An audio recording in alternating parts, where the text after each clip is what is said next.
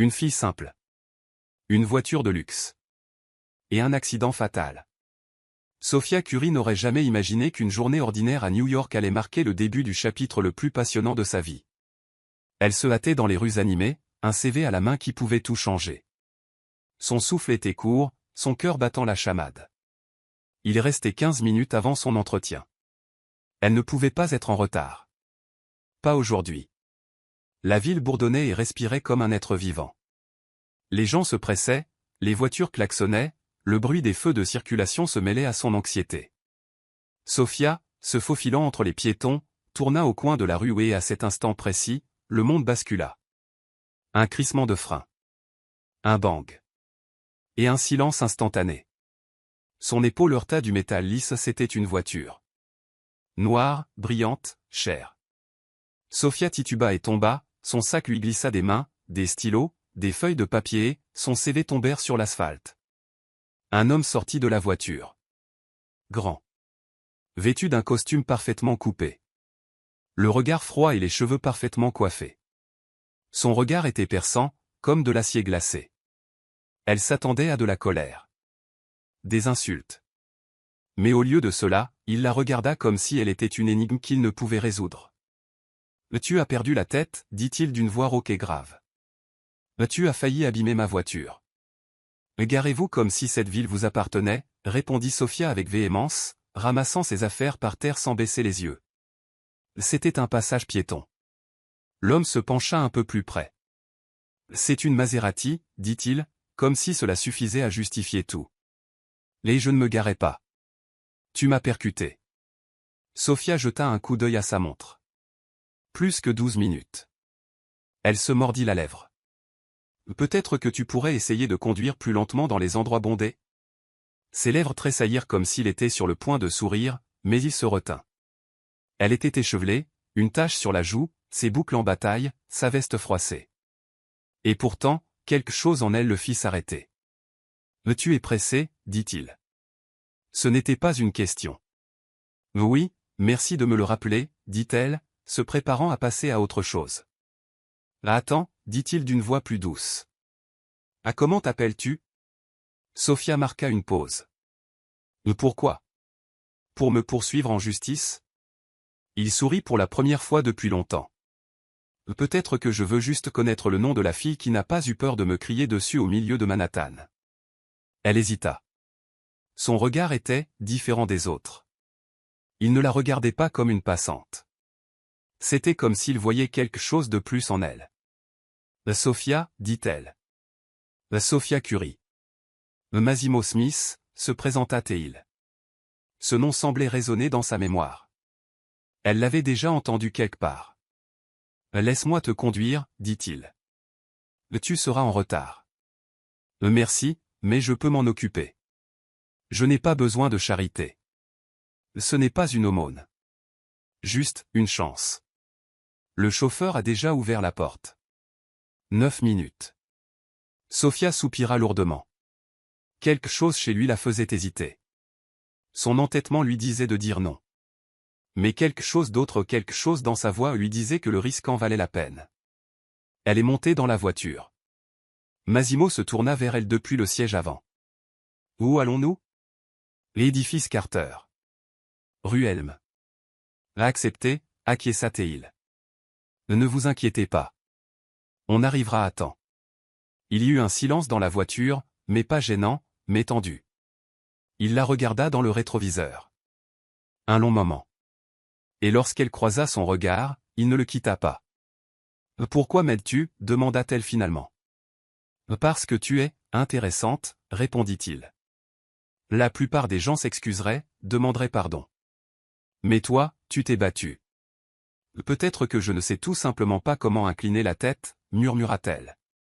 Laissez-la ta force, dit-il, et il y avait un sérieux inattendu dans sa voix. Ils arrivèrent 3 minutes avant le départ. La porte s'ouvrit et Sophia sauta hors de la voiture, ajustant sa veste. Bonne chance, Sophia, dit Massimo depuis la fenêtre. Fais-leur un grand plongeon. Elle était presque entrée, mais elle regarda en arrière. Pourquoi fais-tu ça ? Il la regarda avec la même expression mystérieuse que depuis le début. Peut-être que j'aime juste une bonne histoire. Et toi, tu as l'air d'être le début d'une histoire très intéressante. Sophia entra. Mais le doute la submergeait déjà.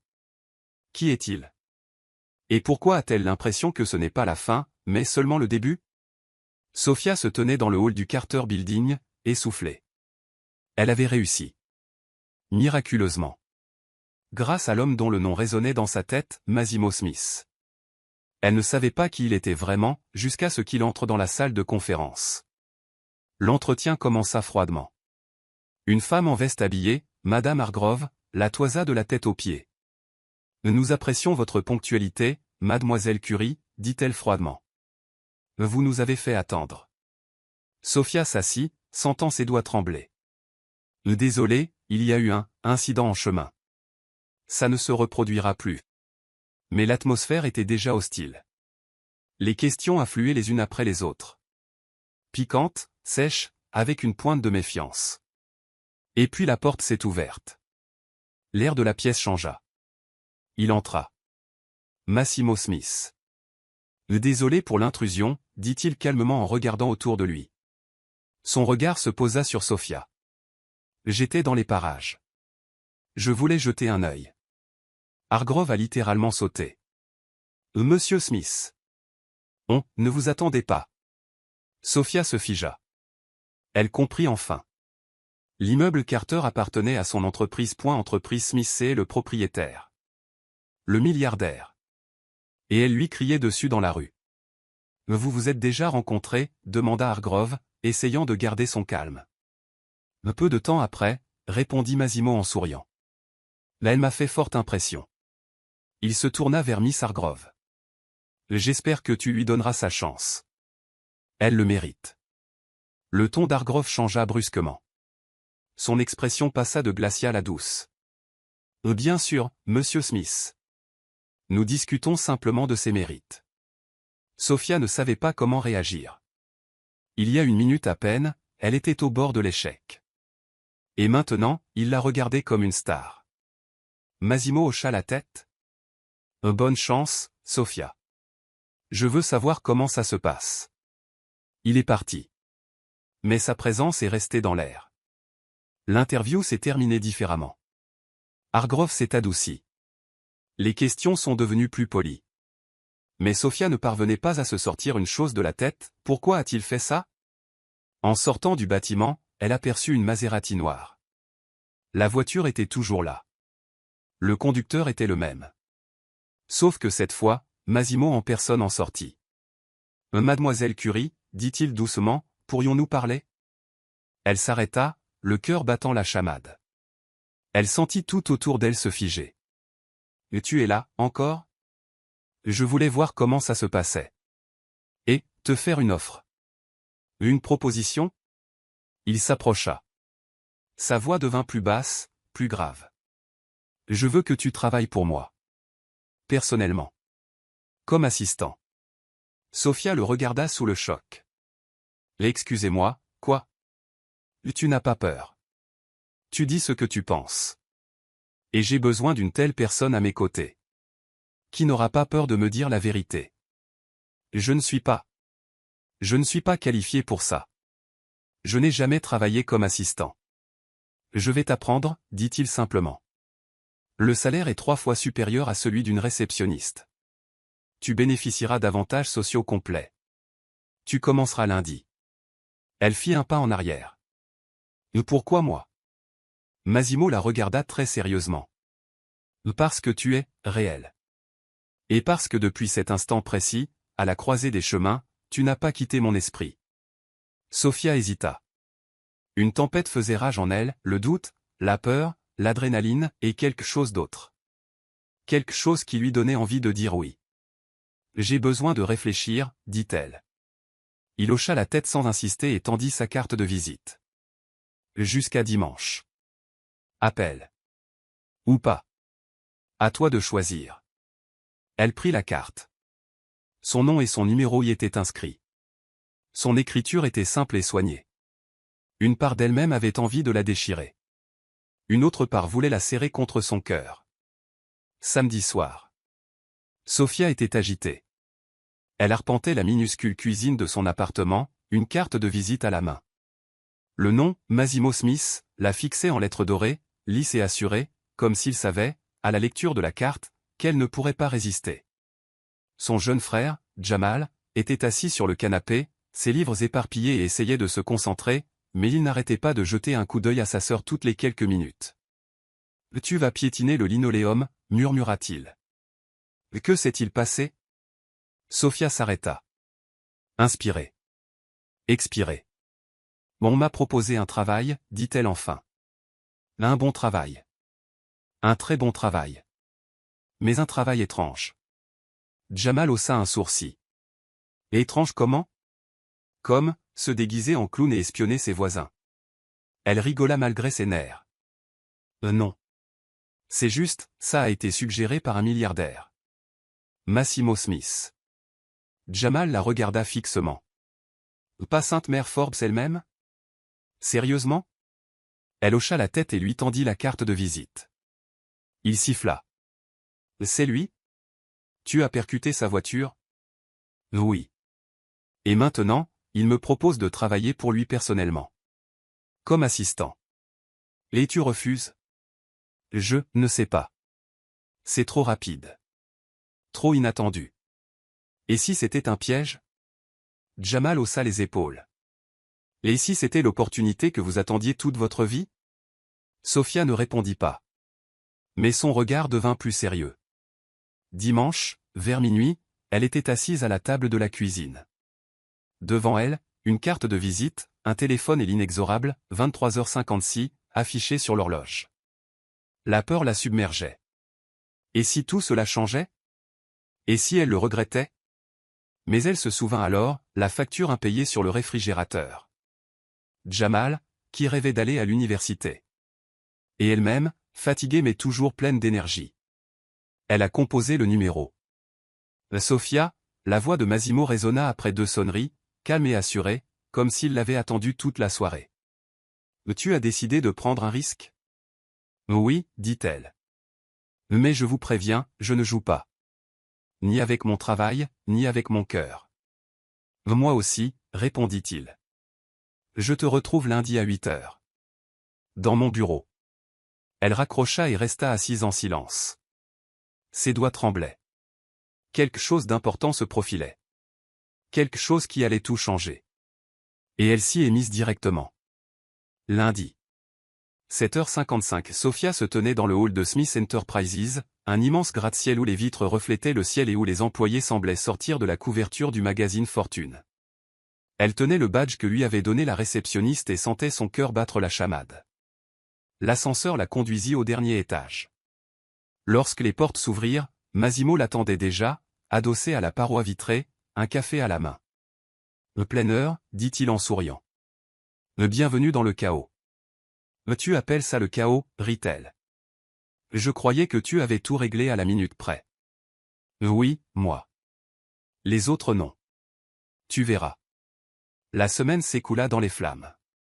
Massimo était exigeant, dur, mais juste. Il parlait vite, pensait encore plus vite et attendait de Sophia plus qu'une simple obéissance point aiguë.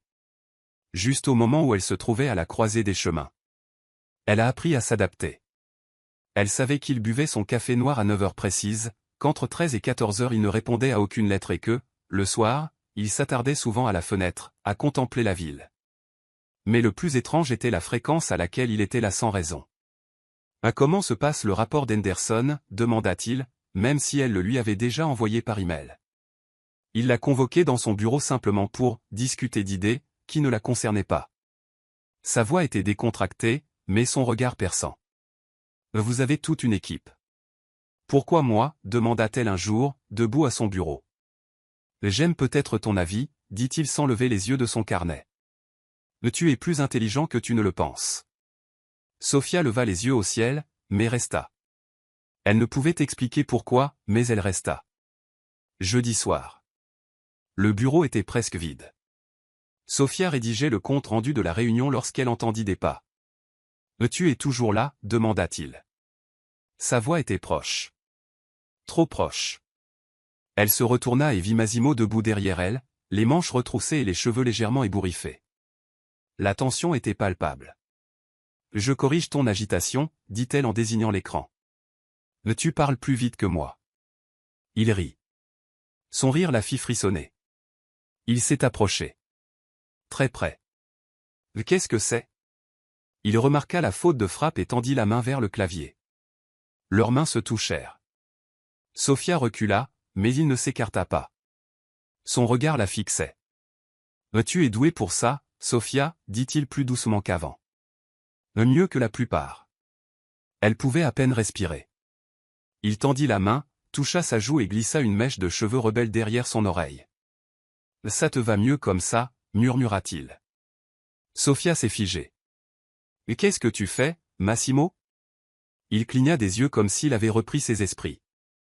Désolé. Je me suis laissé emporter. Elle se leva, repoussant brusquement sa chaise. Pas besoin.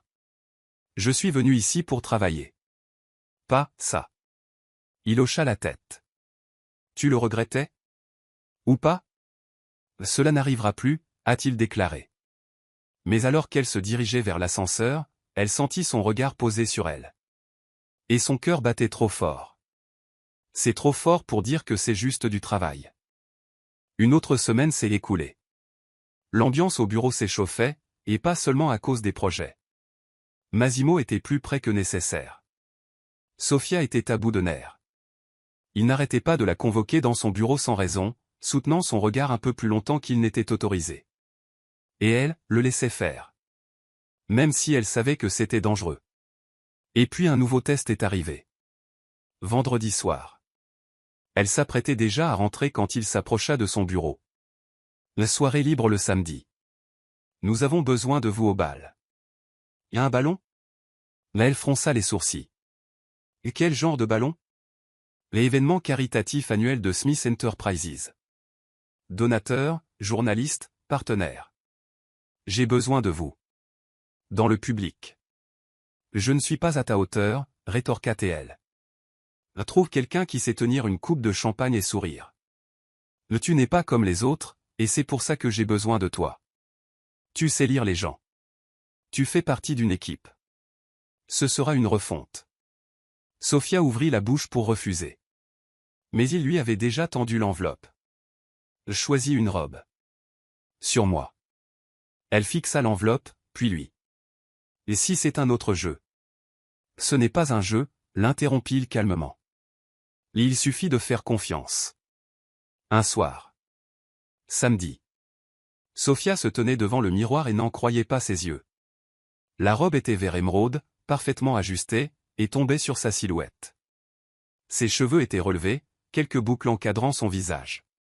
Elle ne ressemblait pas à une fille se précipitant à un entretien avec un sac en désordre, mais à une femme capable d'encaisser les coups.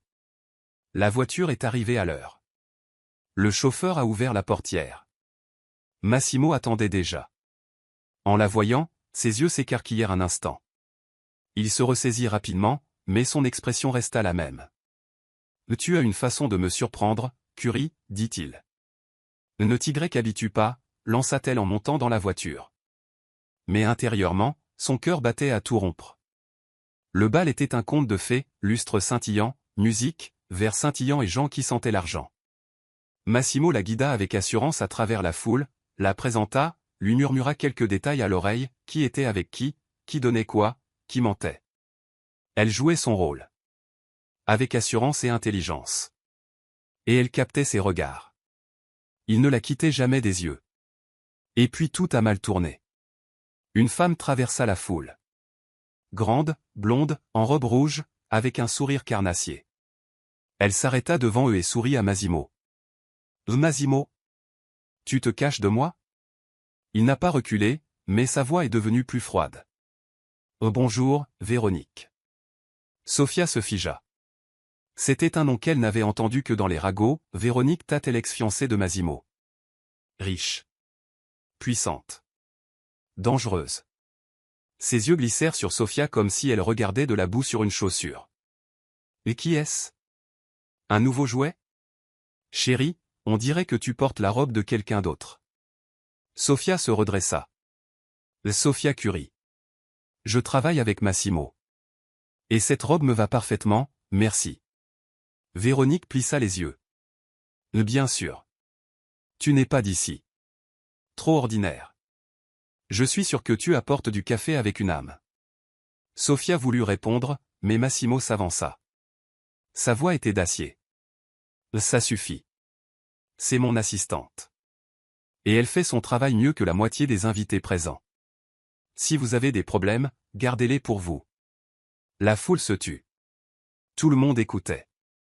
Véronique se figea, son visage déformé. Touchant, dit-elle en serrant les dents. Mais elle ne durera pas.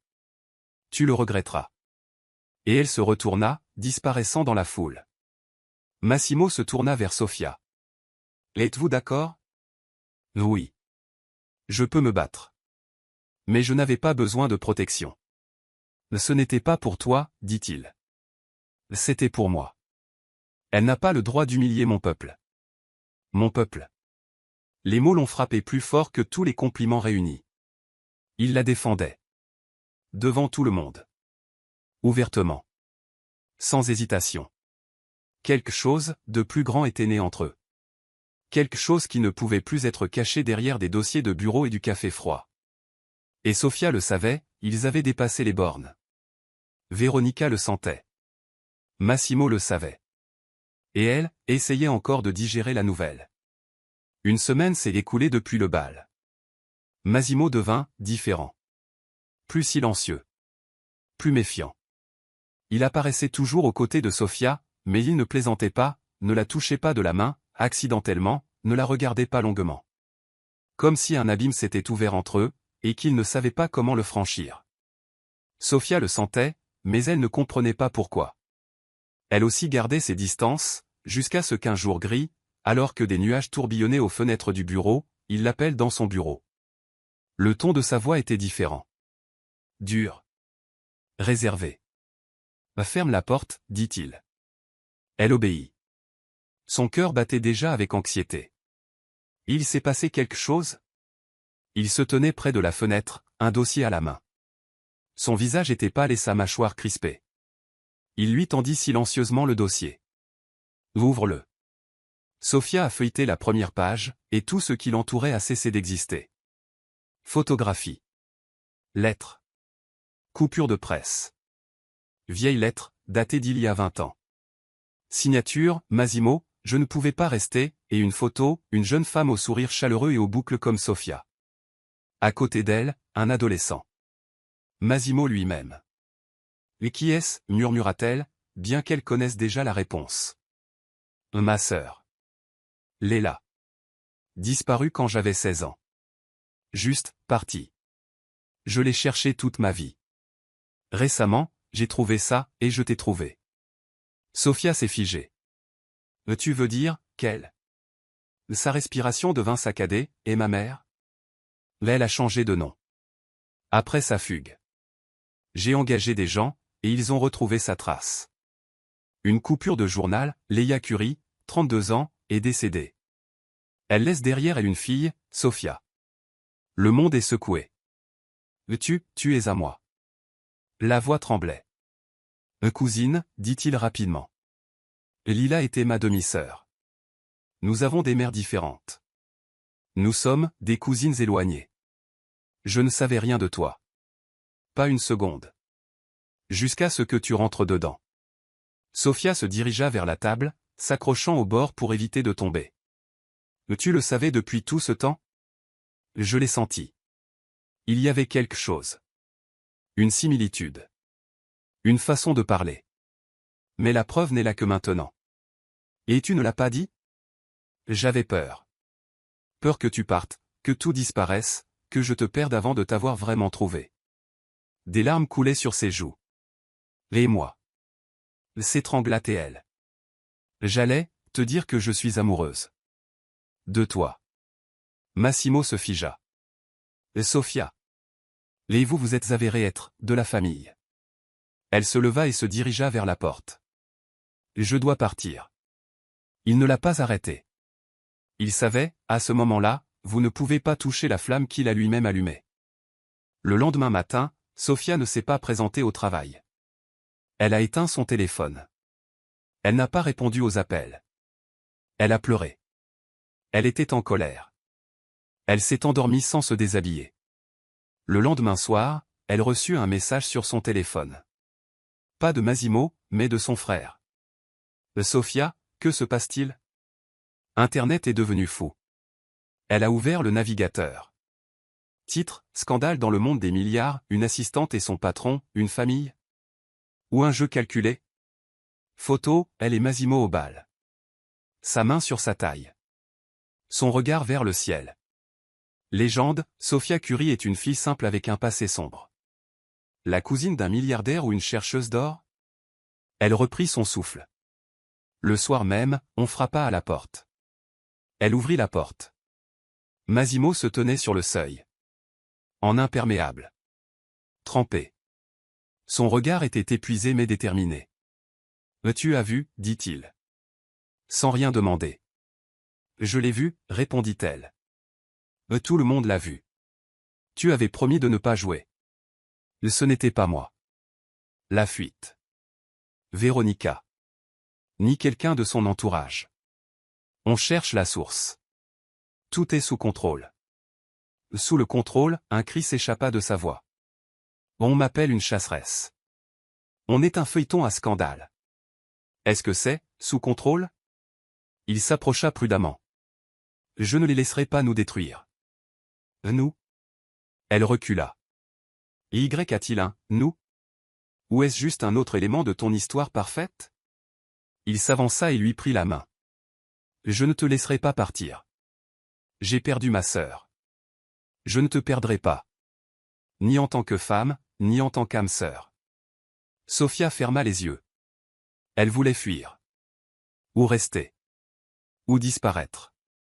Mais le cœur dit, il la tient toujours dans ce monde qui s'effondre. Sophia était assise en silence, sa carte de visite posée sur la table, et le chaos l'entourait. Internet était inondé d'articles la qualifiant d'extorqueuse, avide de milliardaires. Les gens ne croyaient pas que cela puisse être de l'amour. Surtout entre proches. Bien qu'ils fussent distants, le fait était là, leur histoire était une affaire de famille. Et une affaire dégueulasse. Aux yeux du monde. Massimo se tenait devant elle dans l'appartement, trempé par la pluie, les yeux emplis de douleur. Ses mots exprimaient tout, protection, remords, émotion. Mais son cœur était déjà en train d'exploser. « Tu ne comprends pas » murmura-t-elle. « Je ne suis pas faite pour ton monde. J'ai toujours été l'exception. Et maintenant, je suis une cible. »« Tu n'es pas seul, dit-il. Tu ne l'as jamais été. Je suis avec toi. Jusqu'au bout. » Mais elle n'entendait plus. La peur, la pression, le scandale, tout était enveloppé d'un nuage qui l'empêchait de respirer. Elle s'écarta de ses bras et se retira vers la porte. « Je suis désolée, dit-elle. Je ne peux pas. Je m'en vais. » Et elle est partie. Elle ne s'est pas retournée. Elle ne m'a pas laissé le temps de m'expliquer. Prochaines heures. Sophia a rangé ses affaires dans un sac à dos. Elle a éteint son téléphone. Elle a laissé un mot à son frère. « Jamal, je suis désolé. Je ne peux pas être là. Je t'appelle plus tard. Ne me cherche pas. » Un bus pour nulle part. La pluie sur les vitres. De l'autre côté des fenêtres, une ville qui se détournait. Où elle devenait l'héroïne des gros titres. Où même la vérité sonnait comme un mensonge. Elle a disparu. Pendant ce temps, Massimo. Son bureau était silencieux. Sa carte d'identité était par terre. Il tenait les rapports du détective privé à la main, révélant ce qu'il craignait, la fuite avait été mise en scène. Photos. Faux documents. Gros titres achetés. Tout cela faisait partie de la vengeance. Véronica et son ancien rival en affaires, Victor Kane. Et ça a marché. Il l'a perdue. Retrouvez-la, dit-il à l'inspecteur. Où qu'elle soit. Et découvrez tout sur Kane et Véronica. Il me faut plus. Il me faut des preuves. Bus. Ville sans nom. Nouvelle vie. Sophia a fait son coming out dans une petite ville où personne ne la connaissait. Où elle pouvait disparaître. Où il n'y avait ni tabloïd, ni caméra, ni Smith. Elle a loué une chambre au-dessus d'un vieux restaurant. Elle y a commencé à travailler comme serveuse, sous un faux nom. Moins de bavardage. Moins de questions. Et ce n'est que la nuit, allongée sur le lit grinçant, qu'elle pensait à lui. À propos de Massimo. Comment il l'observait. Comment il lui tenait la main alors que le monde s'écroulait. Comme il le murmurait, « Je ne te laisserai pas partir ». Mais il ignorait qu'elle n'était pas partie seule. Qu'elle avait emporté avec elle une partie de sa vie dont il n'avait même pas soupçonné l'existence. Nouveau rebondissement. 2 semaines après son évasion, Sofia se tenait dans la salle de bain de son appartement loué, regardant un test. Test de grossesse. Positif. Elle était assise sur le bord de la baignoire, les mains tremblantes, le cœur battant la chamade. Et maintenant? Mais il n'y eut aucune réponse. Seulement la solitude. Et une prise de conscience silencieuse, presque insaisissable. Il devait savoir. Mais elle ne savait pas si elle pourrait un jour le lui dire. Cela fait 1 semaine que Sofia a disparu. Massimo était assis dans son bureau, mais il n'était plus lui-même. Ni les réunions, ni les accords, ni les profits n'avaient d'importance. Le monde avait perdu sa saveur. Il se réveilla avec une seule pensée, où est-elle? Chaque jour, il examinait les rapports des détectives privés. Ils avaient ratissé Manhattan, Brooklyn, les banlieues, les gares, les hôpitaux. 0. Son téléphone était éteint. Les caméras étaient silencieuses. Mais le 8e jour, une trace est apparue. Elle a retiré de l'argent de la carte, a déclaré l'inspecteur. C'est une petite ville du Nord. Elle s'appelle Willow Creek. Moins de 1000 habitants. Un bus par jour. Allons-y, dit Massimo. Tout de suite. Ruisseau Willow. Sofia travaillait au restaurant du coin. On l'appelait Annie. Elle souriait aux clients, faisant comme si tout était normal. Mais le soir, elle restait assise près de la fenêtre, caressant son ventre, qui ne trahissait pas encore le secret. Chaque jour, elle regardait son téléphone. Elle ne l'allumait pas, mais le gardait près d'elle. Comme si elle attendait un miracle. Et ce miracle est arrivé. Il est entré dans le restaurant vendredi matin. Maxime. Avec des bottes poussiéreuses, une cravate déboutonnée et des yeux qui reflétaient une éternité de désir. Lorsque leurs regards se sont croisés, le temps s'est arrêté. Il s'approcha. Lentement. Prudemment. Comme s'il craignait qu'elle disparaisse s'il agissait trop vite. « Bonjour », dit-il. Elle se figea, ses mains agrippant le plateau. « Comment vas-tu » ? J'ai cherché. Partout. Tous les jours. Des larmes coulèrent de ses yeux avant qu'elle ne puisse dire quoi que ce soit. « Tu n'aurais pas dû venir » murmura-t-elle. « Je n'ai pas pu m'empêcher de venir. Tu n'es pas seulement une partie de ma vie. Tu es ma vie. » Parlez. Ils s'assirent sur un banc au bord du lac. Il lui tenait les doigts comme s'il avait peur de les perdre à nouveau. « Pourquoi es-tu parti » demanda-t-il. « Parce que je ne pouvais plus respirer » dit-elle. « Je ne savais pas qui j'étais. Chasseresse? Famille? Scandale? Tu étais trop intelligent pour moi. Et maintenant? » Elle le regarda. « Maintenant, je sais que tu étais le seul à ne pas reculer. Même quand je t'ai repoussé. » Elle posa sa main sur son ventre. Il s'est figé. « Et qu'est-ce que c'est » Sofia sourit à travers ses larmes. « C'est, toi. La moitié de toi.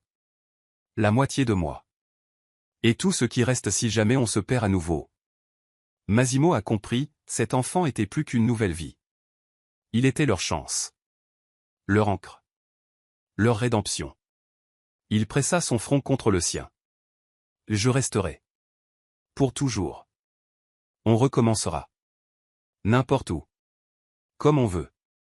Tant que tu seras là. » Nouveau chapitre. Sofia retourna en ville avec lui. Non pas dans un luxueux Penthouse, mais dans une maison confortable en dehors de la ville, où l'on entendait les oiseaux, pas les sirènes. Où les fenêtres donnaient sur les arbres, pas sur les panneaux publicitaires. Elle travaillait à domicile, il réduisait ses déplacements. Ensemble, ils ont construit un nouveau rythme pas parfait, mais réel. Et 2 mois plus tard, lorsque son ventre est devenu visible et que tout dans sa vie a pris forme, Massimo s'est mis à genoux. Sur la véranda. À l'aube. Je ne veux pas seulement être près de toi. Je veux être à toi pour toujours. Épouse-moi, Sophia. Des larmes. Des rires. Et des murmures. Oui. Un beau matin. Une tente blanche comme neige au milieu d'un champ. Des fleurs. De la musique. Les rires des invités. Tous les regards sont tournés vers la mariée. Sophia descendit l'allée en tenant la main de Jamal. Il rayonnait, plus fier que jamais. Elle portait une robe couleur soleil matinal, le ventre rond, les yeux brillants. Massimo attendait à l'hôtel, dans un costume gris sans cravate, avec des yeux qui avaient tout, l'amour, la gratitude et une promesse faite sans mots. Il la regarda comme s'il la voyait pour la première fois. Alors qu'elle s'approchait et que leurs mains s'entrelaçaient, le vent attrapa le voile, comme si le destin lui-même s'inclinait devant leur union. « Tu es sûr » murmura-t-il. « Je n'ai jamais été aussi sûr » répondit-elle. Les paroles du pasteur. Les alliances. Les vœux. Et le message tant attendu. « Je vous déclare maintenant mari et femme. » Applaudissements. Câlins. Larmes. Musique. Mais dans l'ombre même, il y a l'observation. Invité sans invitation. Il y avait un homme debout au bord du champ. Vêtu d'un manteau sombre, il avait le regard froid. Il tenait un téléphone, la caméra allumée. Il filmait. C'était Victor Kane, un ancien rival commercial de Massimo. Celui qui a perdu des contrats suite à la fusion de Smith Enterprises avec l'association caritative supervisée par Sophia. Il murmura au téléphone. Oui, il se marie. Oui, elle est enceinte. On continue le plan. Attendons le signal. Après le mariage, le calme avant la tempête. Quelques jours plus tard, Sophia et Massimo emménageaient dans une nouvelle maison, calme, confortable, avec une véranda en bois où elle pouvait lire et il pouvait faire du café. Le soir, ils étaient assis sur le porche, se tenant la main. « Sais-tu de quoi j'ai peur » demanda-t-elle. « Quoi » ? « Que tout est trop parfait. Et quand c'est trop beau, une tempête arrive. » Il sourit et embrassa sa paume. « Là alors nous tiendrons le parapluie ensemble. » Et la tempête n'a pas tardé à arriver. Une nuit, Sophia se réveilla. Massimo n'était pas encore rentré d'une réunion d'affaires. Elle alla à la fenêtre, et sentit qu'elle n'était pas seule. Bruissement. Ombre. Derrière la vitre une silhouette noire. Elle a crié. La sécurité est arrivée immédiatement, mais l'homme avait disparu. L'enregistrement des caméras a été effacé. Quand Massimo revint, il trouva Sophia en larmes, les mains tremblantes. Mais quelqu'un était là. Il observait. Il savait où je dormais. Le sentier mène à Kane. Le lendemain matin, Massimo a recruté les meilleurs cyberspécialistes. 2 jours plus tard, confirmation, c'était Kane. Il avait écouté, observé, planifié. Et le pire, c'est que, saleté collectée, essayant de prouver que Sophia a tout mis en scène pour l'héritage. Il veut nous détruire, a déclaré Massimo. Nous déshonorer. Nous priver de l'entreprise. Nous priver du nom. Et de l'enfant. Il n'oserait pas. Sophia serra les poings. Il osera. Mais je ne le permettrai pas. Plan de défense. Ils ont engagé un avocat. Ils ont renforcé la sécurité. Ils ont préparé un communiqué de presse, avec des faits, des preuves et des signatures de témoins. S'il frappe, nous serons prêts, dit Massimo. À toi et le bébé êtes ma famille.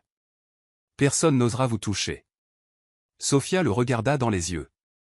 Même si je dois me tenir devant lui, je ne reculerai pas. Et il réalisa qu'elle n'était plus la fille des rues de New York. C'était une femme devenue un bouclier. Une force capable de se battre pour deux. Une semaine s'était écoulée depuis le mariage.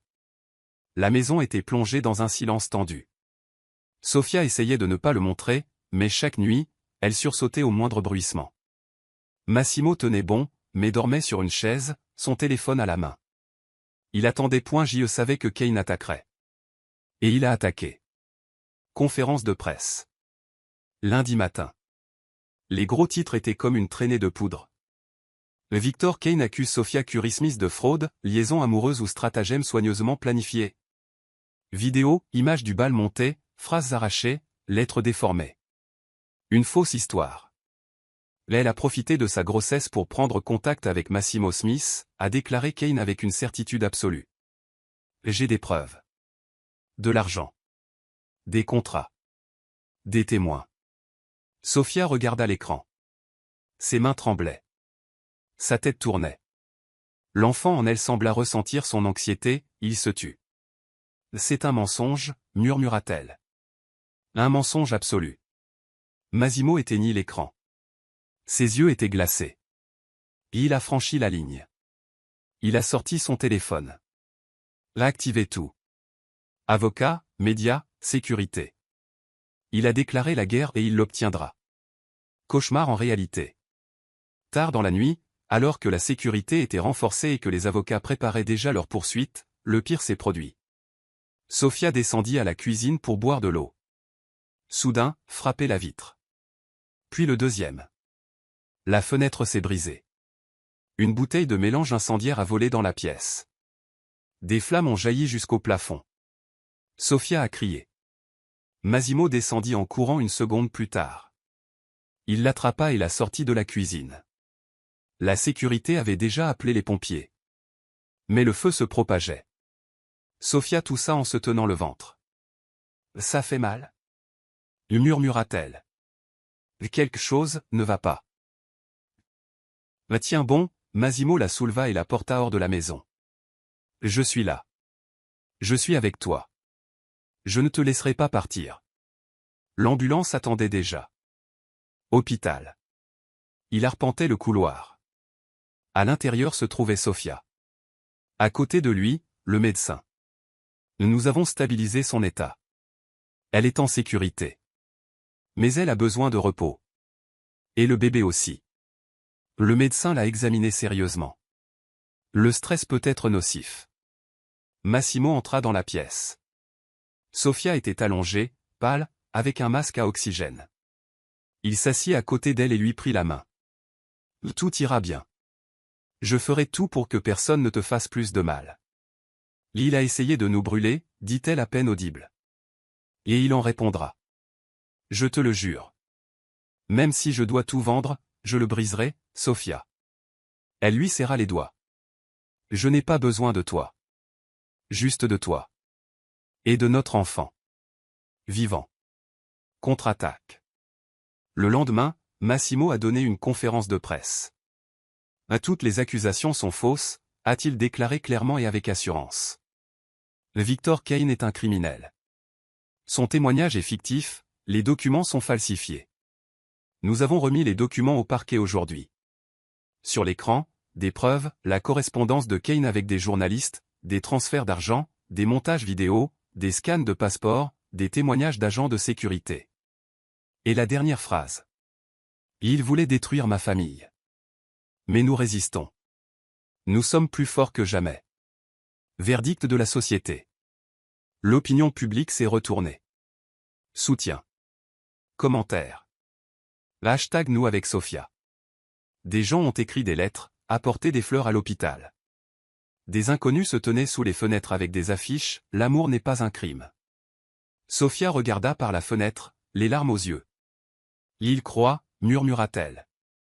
Pour la première fois, il me croit. Et Massimo hocha simplement la tête. Parce que tu es réel. Et parce que l'amour est vrai. Même si le monde a l'habitude de ne pas y croire. 2 semaines se sont écoulées depuis l'incendie. Sophia se rétablissait dans une clinique surveillée. Massimo était là tous les jours, il lui faisait la lecture, lui apportait du thé, écoutait sa respiration. Pendant ce temps, il ne laissait personne entrer dans son monde. Sauf elle. Les médecins ont dit, la grossesse est sous contrôle, mais le travail pourrait commencer prématurément. Et une nuit, c'est ce qui s'est produit. Sophia s'est réveillée d'une vive douleur. Elle a perdu les os. Elle a crié. Massimo. Il sauta de sa chaise et l'attrapa. Tout va bien. Je suis avec toi. Tout ira bien, tu m'entends? Des heures d'attente. L'accouchement fut long. La douleur la transperça. Elle hurla. Elle serra sa main jusqu'à ce qu'elle soit meurtrie. Ne me lâche pas, murmura-t-elle à travers ses larmes. Jamais, répondit-il, ne cachant pas ses larmes. Et puis, premier cri fort. Claire. Vivant. Vous avez un garçon, sourit la sage-femme. Fort, fort. Sophia prit le bébé dans ses bras, le cœur tremblant. Oh bonjour, mon petit guerrier. Massimo se tenait à proximité, stupéfait.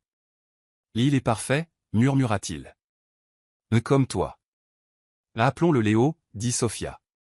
En l'honneur de la force. Il a survécu. Nous avons survécu. Massimo se pencha et l'embrassa sur le front. Léo Smith. Il va changer le monde. Le coup final porté à Kane. Alors que Sophia reprenait ses esprits, Massimo ne perdait pas de temps. À son instigation, le parquet a émis un mandat d'arrêt. Victor Kane a été arrêté dans son appartement. Les chefs d'accusation étaient chantage, tentative d'incendie criminel, falsification de documents et menaces. Vous ne pouvez pas le prouver, a lancé Kane au visage de l'enquêteur. Mais l'enquêteur a seulement répondu. Nous avons tout, des paiements aux sociétés offshore aux empreintes digitales d'une bouteille Molotov. Vous ne devriez pas penser à gagner, mais à conclure un accord avec le procureur. La nouvelle de l'arrestation s'est répandue dans tout le pays. Kane a perdu. L'amour a gagné. Premier jour à la maison. 5 jours plus tard, Sophia et Léo sont rentrés chez eux.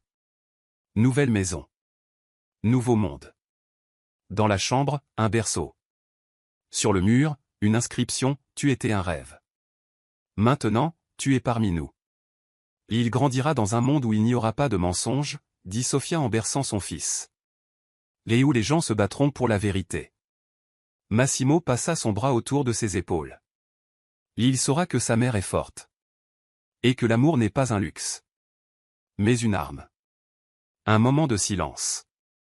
Tard dans la nuit, Sophia était assise près de la fenêtre, Léo dans les bras. Il dormait déjà. Il respirait doucement. Ses petits doigts agrippaient le bord de sa chemise. Massimo s'est approché d'elle par derrière et l'a serrée dans ses bras. Je pensais tout perdre. Mais j'ai obtenu tout ce dont je n'avais jamais rêvé. Sophia tourna la tête. Ce n'est que le début. Notre histoire n'est pas encore terminée. Et à ce moment-là, quand tout était calme, quand la ville s'endormait, quand la douleur s'en allait, elle sentit, ils sont enfin à la maison. 3 mois passèrent. Léo grandissait en bonne santé, Sophia était rétablie, et la vie commençait à prendre son rythme, soirée tranquille, promenade en famille, premier sourire du bébé. Massimo reprit partiellement ses activités professionnelles, il ne se battait plus pour le pouvoir, mais pour l'avenir qu'il construisait pour sa famille. Mais le bonheur s'est avéré fragile. Une menace est apparue, d'où il s'y attendait le moins. Une visite inattendue. Mi-septembre, une femme est venue chez eux. Grande, en tailleur, un dossier à la main. Sur sa carte de visite, service de protection et de protection de l'enfance. Oh bonjour. Nous avons reçu une plainte anonyme, commença-t-elle froidement. Concernant les conditions de vie de l'enfant et l'éventuelle instabilité émotionnelle de la mère. Sophia est devenue pâle. Quoi? Massimo sortit du bureau. Son regard devint immédiatement glacial. C'est une sorte d'erreur. Il faut vérifier. Nous avons reçu une demande d'un juge. La personne anonyme affirme que la mère souffre de stress post-traumatique, qu'elle était en fuite, qu'elle a caché son identité, et que le père de l'enfant est une personne mentionnée à plusieurs reprises dans des affaires scandaleuses. Sophia serra fort Léo dans ses bras. Elle ressentit à nouveau la même panique que le jour de l'évasion. Elle regarda l'inspecteur et n'arrivait pas à croire que cela se reproduisait. C'est lui. Murmura-t-elle. C'est Kane. Ou un de ses hommes. Massimo se tourna brusquement vers le garde. Récupérer les archives. Trouver qui entre dans le bâtiment. Trouver qui a déposé la plainte. Maintenant. Vérification. Les jours suivants, des travailleurs sociaux, des thérapeutes et des avocats sont venus les voir. Ils ont inspecté la maison. Ils ont filmé la façon dont Sophia tenait l'enfant, ses réactions. Ils ont mesuré la température, le niveau sonore et même vérifié la nourriture dans le réfrigérateur. Ils cherchent une faille, murmurait-elle la nuit. Ils veulent prouver que je ne peux pas gérer ça. Pas toi, répondit Massimo. Ils essaient de se débarrasser de nous deux. À travers notre fils. Bataille juridique. Massimo a constitué une équipe. Des documents ont été déposés au tribunal, preuves de plaintes illégales, témoignages d'anciens employés de Kane, correspondances évoquant les atteintes à la réputation de Sofia par les services de protection de l'enfance. Ils ont adopté de nouvelles méthodes, a déclaré l'avocat. Il ne s'agit pas d'une attaque ouverte. Il s'agit d'une destruction ciblée. Par les émotions. Par les points faibles. Sofia serra les poings. Mais je ne craquerai pas. Même si je dois tout raconter à la presse, du début à la fin. Je le ferai. Pour Léo. Soirée de reconnaissance. Après l'audience, la menace temporairement écartée, Sofia s'assit dans la chambre, regardant le bébé. Il dormait.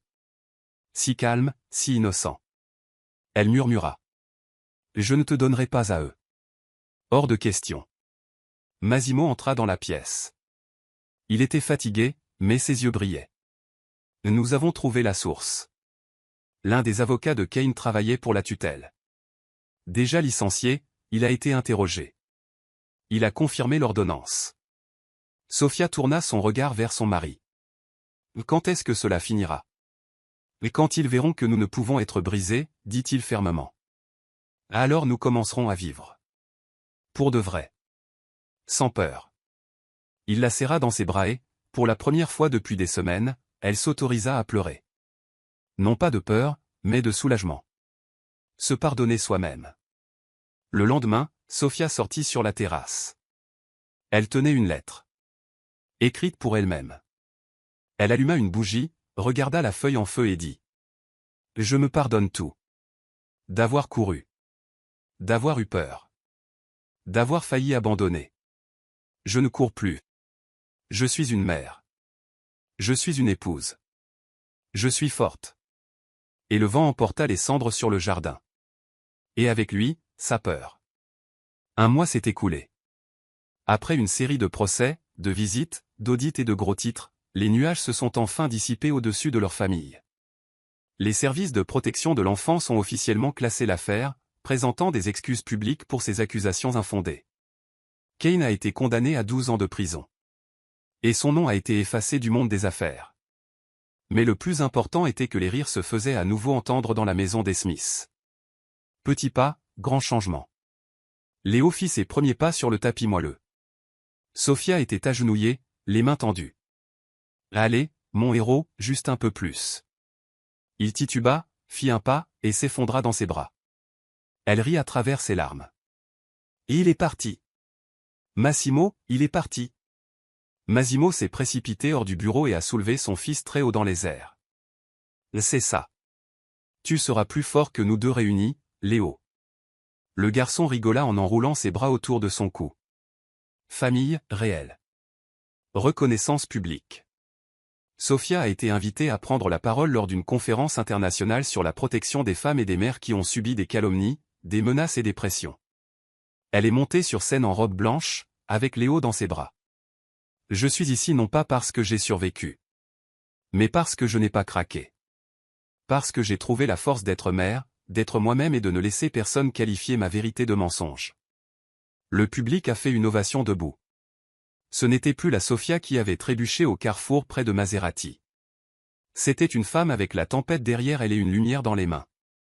Le geste qui dit tout. Une semaine après le spectacle, Massimo organisa une soirée rien que pour eux trois. Dîner sous les étoiles. Bougies. Pétales de fleurs.